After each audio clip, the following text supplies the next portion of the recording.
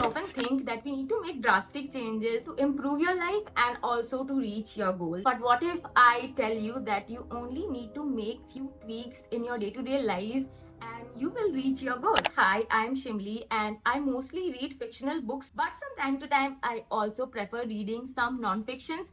And in this video, I will be talking about The Atomic Habits by James Clear and the lessons that I've learned after reading this book. Even if you are not a reader, The Atomic Habits by James Clear is one of the most popular self-help or self-development books, and I am very sure that you must have seen this book somewhere on the internet. I have read Atomic Habits twice and I've learned so much from this book that I want to share it with you all. So here are some of the best lessons that I've learned. This book primarily focuses on 4 key principles: the power of small changes, the 2 minutes rule, habit stacking, I am very sure that you must have heard about this one at least, and the importance of identity building.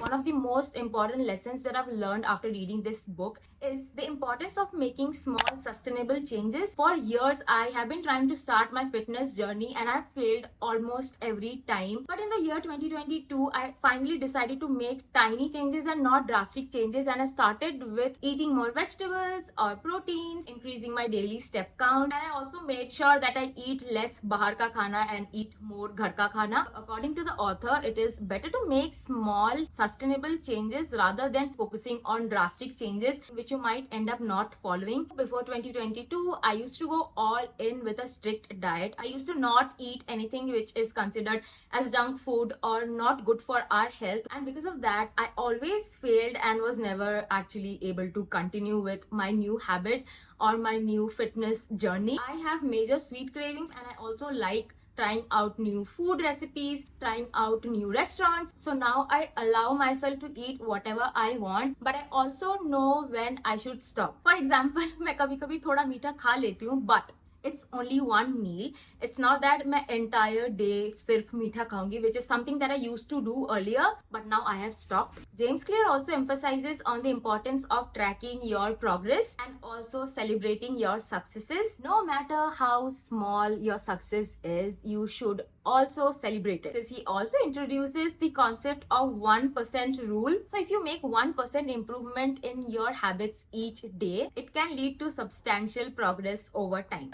And the next one is the 2% rule, and perhaps the most important rule that I've learned. Basically helps you to combat procrastination, which is something that I really struggle with a lot. We sometimes want to create habits that sound very difficult, but it's not really difficult if you try for 2 minutes each day. The 2 minutes habit states that when you start a new habit, it should not take more than 2 minutes to do so. So let's say if I want to meditate for 10 minutes daily, it might be difficult for me as a beginner, and I'm very sure that it will be difficult for me as a beginner. But imagine if I say that I will meditate for 2 minutes daily, chances are that I might end up doing it more than 5 minutes, basically more than 2 minutes. The most beautiful thing about this rule is that you are most likely to continue doing what you are doing, the new habit that you want to develop, once you start doing it regularly. So you can say that this rule is almost like a brain hack to get you to start doing anything that you want. Similarly, if you want to get into reading and you don't know how you can read an entire book, I am pretty sure that you will be able to read more than a page a day, but start with 1 page a day. I know this can sound very difficult for some people, but trust me, it is not. The third one is habit stacking, and it is another technique which is introduced in this book, and it involves attaching a new habit to an already existing habit. This strategy leverages on the power of routines and how it can be easier to incorporate a new habit. The more I read about habit stacking, the more I understand its importance and how easy it is to introduce new habits if you follow this technique. So if you tend to scroll social media the moment you wake up in the morning, so make sure that the moment you wake up, the first thing that you do is listening an audiobook or meditating. The thing that I do is the moment I drink my morning cup of coffee, I immediately change into my workout clothes. Let's say, for example, you already have one habit A and then you are trying to build another habit based on this habit. I hope that I am able to explain this properly. Also, this is the Atomic Habits book and I clearly forgot to show this book in this video. Anyways, let's move on to the fourth lesson, the importance of building an identity. Basically, we are most likely to continue a habit if we already consider it to be a part of our identity. So let's say I want to start waking up early, and if I already identify myself as someone who wakes up early in the morning, doing it will be much easier for me. But if I consider myself to be someone who wakes up very late, wakes up in the afternoon, I will not be able to change my habit. I have another example for you. I started going to the gym regularly because I started considering myself